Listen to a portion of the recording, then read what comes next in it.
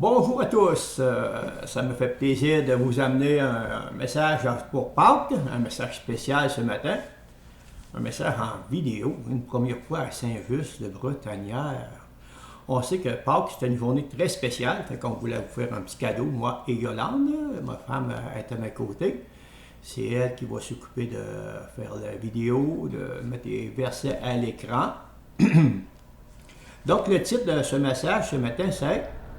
Il va apparaître à l'écran. Pâques, la résurrection de Jésus.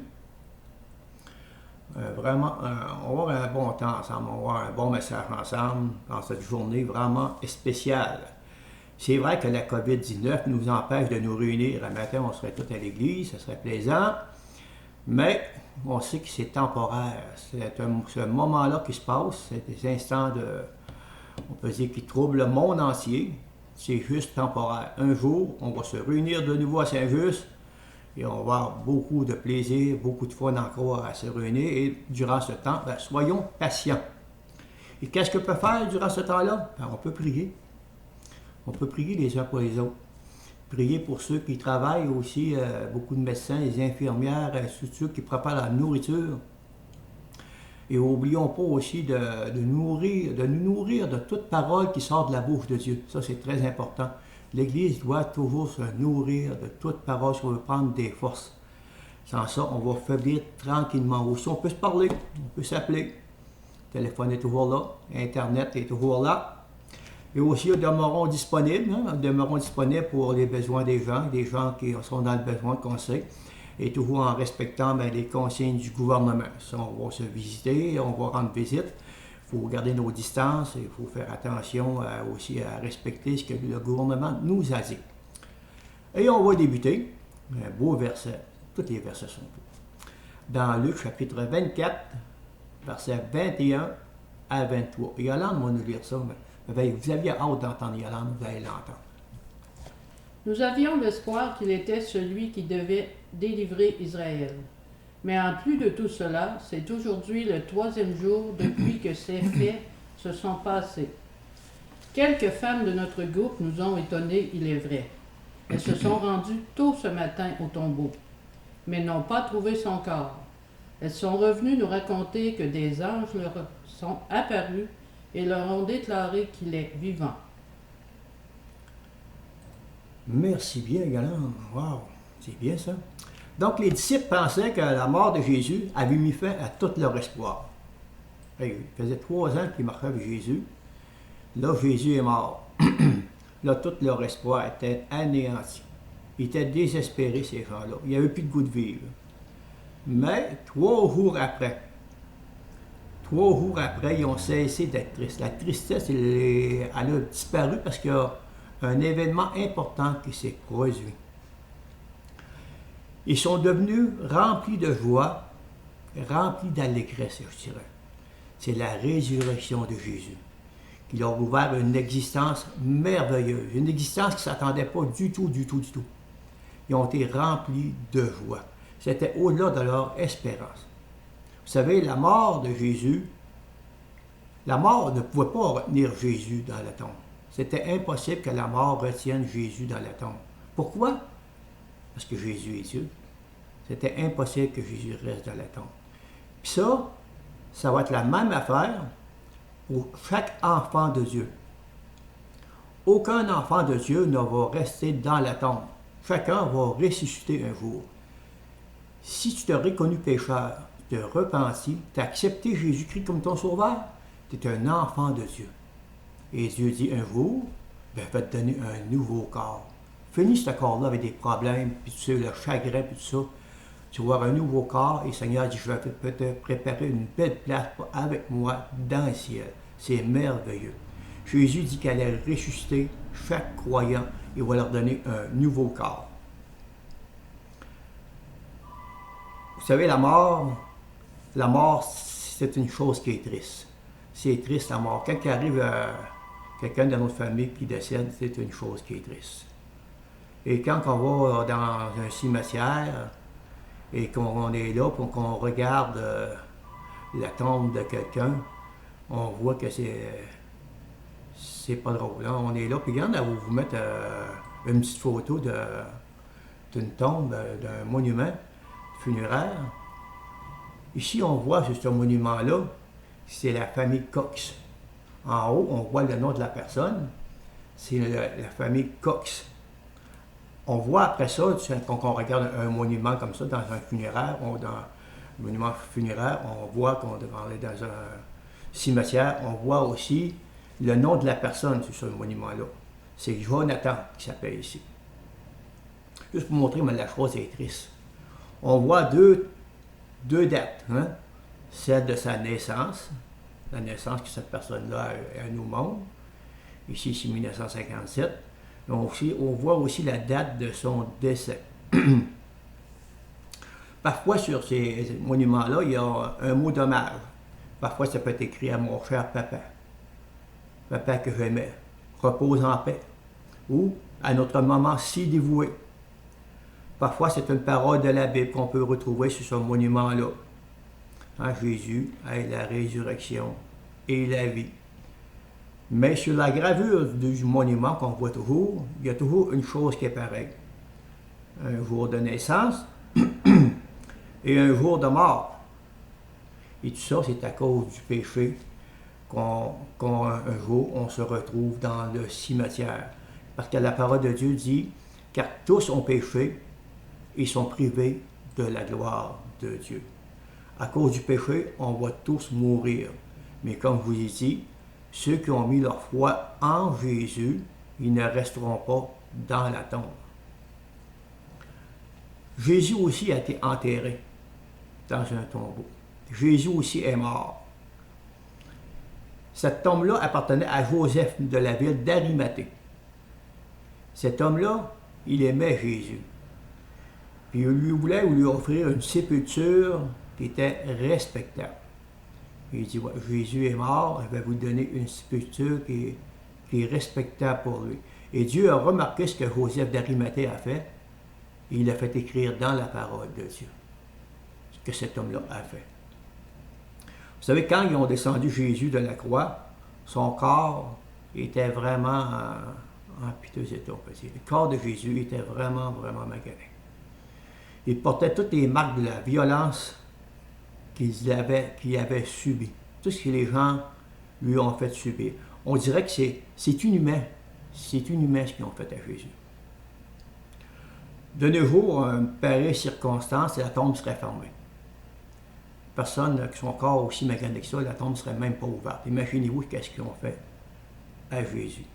La Bible dit que son visage ne ressemblait même plus à celui d'un fils d'homme. Il avait juste qu'à arracher la barbe, et c'était terrible, la couronne d'épines. Donc Jésus devait être couvert de sang à grandeur.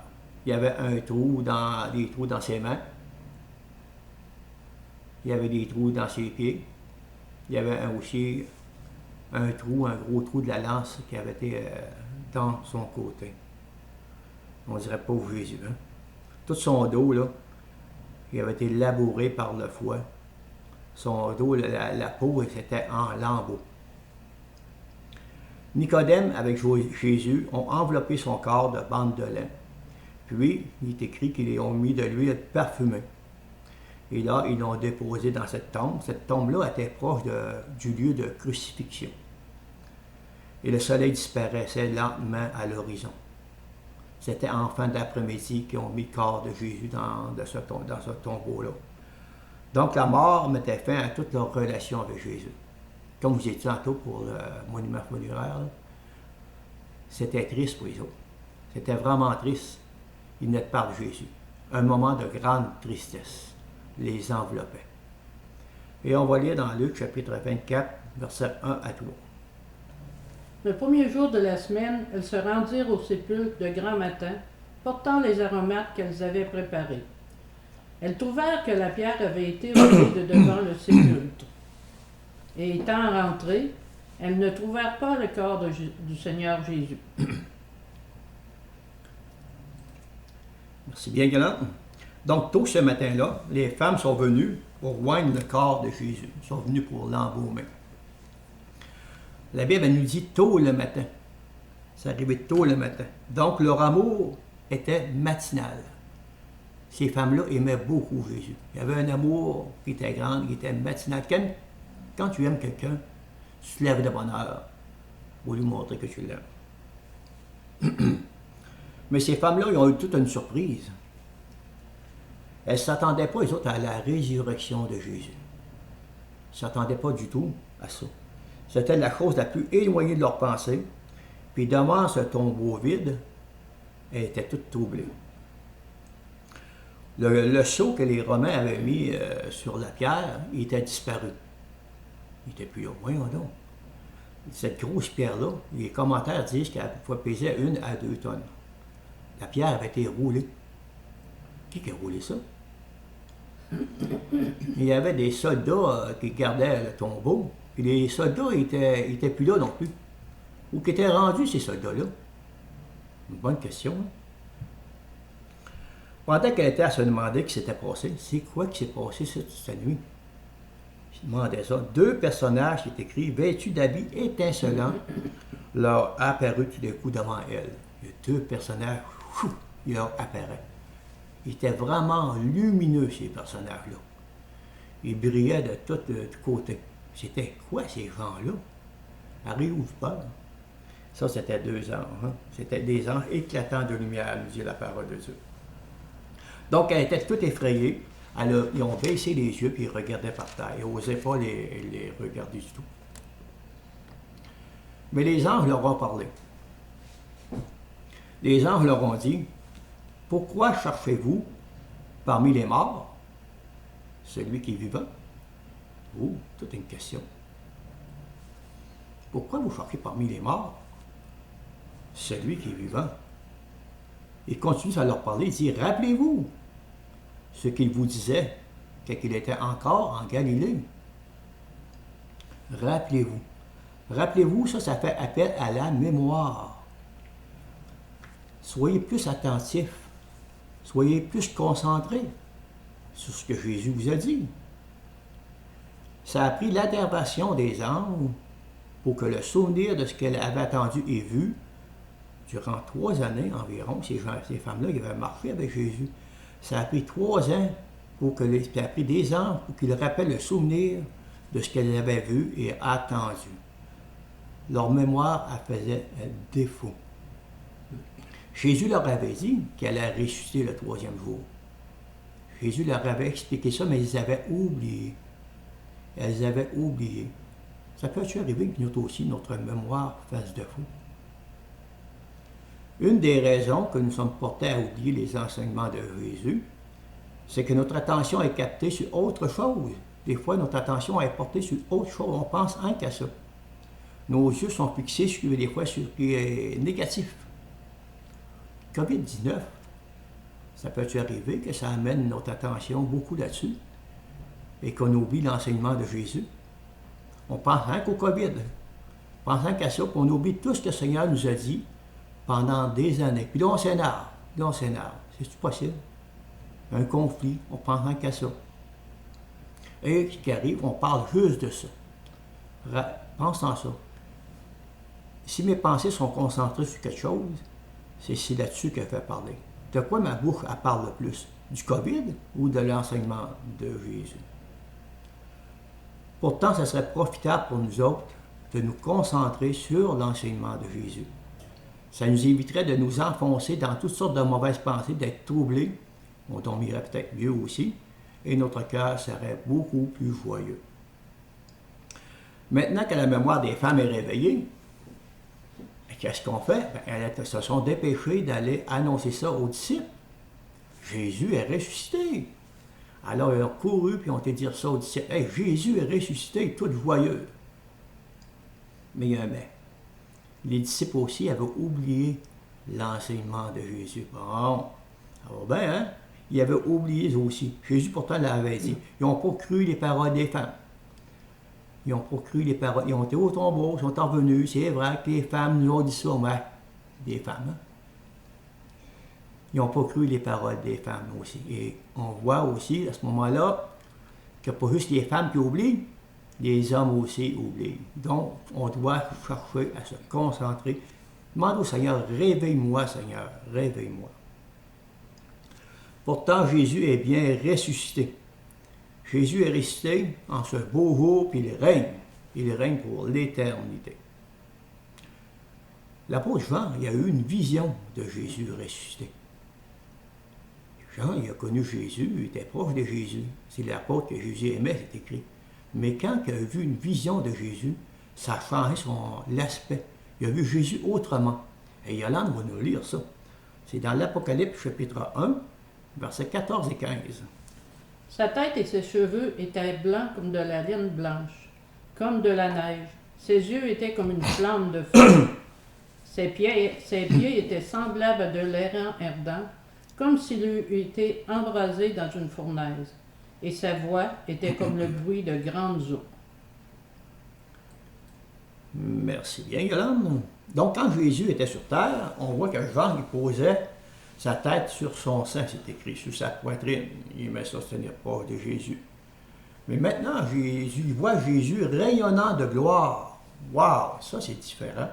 À cette vue, quand Jean l'a vu, il dit, j'ai tombé à ses pieds comme mort. Qu'est-ce qui s'est passé? C'est plus le même Jésus. Il tombe à ses pieds comme mort. Mais aussitôt, on voit Jésus qui vient et met sa main sur Jean et il le rassure. Rassure-toi, Jean. Et Jésus voulait le réconforter. Je suis toujours le même. Je suis toujours le même. Jésus l'a réconforté tout de suite. Et l'apôtre Paul nous dit, si Dieu est pour nous, qui sera contre nous? Dieu est pour nous. Jésus est pour nous et Jésus nous aime. Il l'a prouvé à la croix. Il nous aime d'un amour éternel. Avec Jésus, on est en sécurité, il faut être certain. Mais il n'y a plus le même corps au ciel, c'est sûr. Jésus n'est pas dans la tombe. Il est bien vivant. Puis il a donné plusieurs preuves qu'il était vivant. Il y en a qui ne croient pas ça. La Bible dit, si on ne croit pas à la résurrection, ben on est encore dans nos péchés. Et Jésus nous a donné plusieurs preuves. Vous ne donnez pas toutes les références, ça serait trop long, mais vous donnez les places où on voit que Jésus a vraiment donné des preuves. Il est apparu à Pierre en premier. Après ça, il est apparu à 2 disciples sur le chemin d'Emmaüs. Après ça, à 10 apôtres. Là, à l'absence de Thomas. Thomas n'était pas là. C'est qui Thomas, ça? T'en rappelles-tu, c'est qui Thomas? Judas, lui, n'était pas là. Judas, il était suicidé. Le dimanche suivant, il est apparu à 11 apôtres. Et Thomas était là. Et Jésus disait à Thomas, avance ta main, mon petit Thomas, avance, viens ici un peu. Je vais t'expliquer quelque chose. Hein? Après ça, il est apparu à 7 disciples au bord du lac de Tibériade. À 11 disciples sur la montagne de Galilée. Toutes des preuves, ça. À plus de 500 frères à la fois. Ça, vous pouvez lire ça, 1 Corinthiens 15, 6, celle-là. Après ça, à Jacques, le frère de Jésus. Et oui, Jésus a eu des frères. Aux 11 apôtres, et aux disciples sur le mont des Oliviers avant son ascension. Il a tout apparu. Et là, ils ont vu Jésus s'élever devant eux et monter au ciel. Waouh! Ça, c'est Jésus. Et leur cœur était tout joyeux. Donc, notre Seigneur a souffert la mort de la croix pour expier nos péchés. Il est sorti de la tombe, il est victorieux. Et aujourd'hui, il est vivant. Donc, le tombeau de Seigneur Jésus est vide. À chaque jour de notre existence, nous devons nous souvenir de cette réalité. Jésus est vivant et il règne. Souvenons-nous ça en ce beau jour de Pâques. Jésus est vivant et il règne. Et si la mort n'a pu le retenir dans la tombe, comme vous dit, elle ne retiendra pas non plus la mort. Tous ceux qui ont mis leur foi en Jésus, Dieu vous offre cette opportunité. Un jour, vous allez avoir un nouveau corps. C'est merveilleux. Les corps en Christ ressusciteront. C'est écrit dans 1 Thessaloniciens 4,16. Vous pouvez vérifier ça. Un avant-dernier verset, et alors nous allons continuer à lire ça, dans 1 Pierre 1, 18 et 19. Sachant que ce n'est pas par des choses périssables, par de l'argent ou de l'or, que vous avez été rachetés de la même manière de vivre que vous avez hérité de vos pères, mais par le sang précieux de Christ, comme un agneau sans défaut et sans tache. T'as bien fait ça, t'as bien fait ça.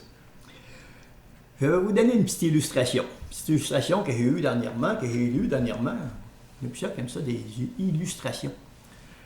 Qui vont nous aider à comprendre comment Jésus nous aime.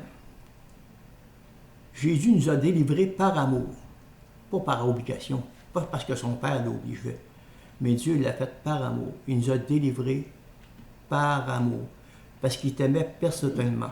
Quand Jésus était à la croix, il souffrait, il pensait à toi. Il te voyait. Peu importe comment il faisait d'années que tu allais venir au monde après, il te voyait et il t'aimait. Vous rencontrez cette histoire-là, comment Dieu nous a délivrés par amour. L'histoire se passe au 19e siècle. Ça se passe en Afrique. Un chef avait condamné à mort un esclave, mais l'esclave n'avait pas fait grand-chose de si terrible que ça. C'était quand même une offense légère, mais le chef, il a dit, tu vas mourir pour ça. Il dit, tu vas mourir pour avoir fait cette chose-là. Je pense que c'était un chef qui voulait montrer qu'il était lui qui était le boss. Il y avait un Anglais qui était là. Ça ne nous dit pas son nom. Il survint et il prit de pitié pour cet esclave qui se faisait mettre à mort. Il offrit toutes sortes d'objets précieux pour le délivrer. Il a dit au chef, quand je te donne ça, je vais te donner ça, toutes ces belles choses-là, je te les donne. Si tu veux bien délivrer cet esclave-là, ça n'a pas de bon sens de le faire mourir pour ça. Délivre-le. Mais le chef, il a dit, je veux ni ivoire, je ne veux pas d'or non plus. Ce que je veux du sang. Je veux voir couler le sang. C'était tout un chef, tout un boss. Il dit, je veux que le sang coule. Alors lui, voilà. C'était son désir. Alors, il leur donne à un de ces hommes qui était là, il dit, bande ton arc, puis tire-y une flèche à cet esclave-là, direct au cœur.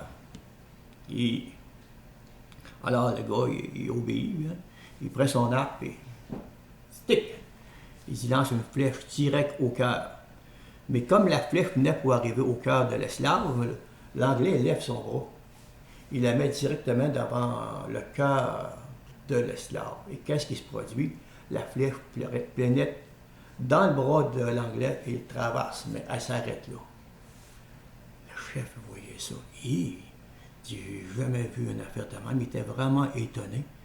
Alors l'Anglais s'approche du chef et il dit, tu réclamais du sang? Il dit, garde, il arrache la flèche. Il dit, garde, je te donne mon sang. Mon sang pour le prix de cet esclave-là. Et le chef n'en revenait pas.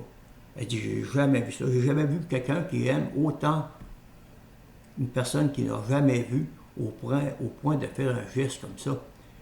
Et les chefs, en réfléchissant, disent, oui, homme blanc, il dit, tu l'as racheté. Il est à toi, cet esclave-là. Tu lui as sauvé la vie. Wow, une belle histoire. Hein? Et l'esclave, se jetant aux pieds de son sauveur, lui déclara en pleurant, homme blanc, tu m'as racheté par ton sang, je veux être toujours à ton service. Quelle reconnaissance. Pensez à ça, nous autres aussi.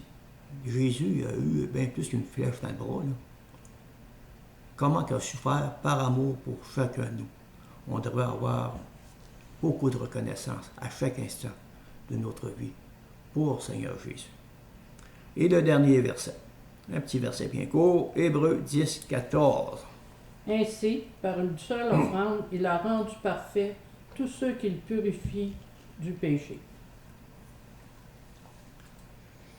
Merci. Si Jésus n'a pas appelé une armée d'anges pour le sauver de la condamnation, Jésus aurait pu dire un mot et une armée d'anges aurait nous sauver. Même plus que ça, Jésus aurait pu dire un souffle. Fais juste un souffle et tout le monde aurait tombé par terre. On sait que la Bible dit qu'il va anéantir Satan par le souffle de sa bouche. Imaginez la puissance de Jésus qui est Dieu. Hein? Il aurait pu faire ça.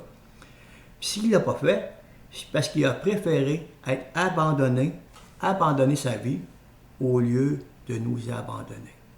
Jésus ne voulait pas t'abandonner, à mourir, à passer l'éternité dans l'enfer, fait qu'il est resté jusqu'au bout à la croix pour que tu sois abandonné pour l'éternité dans l'enfer.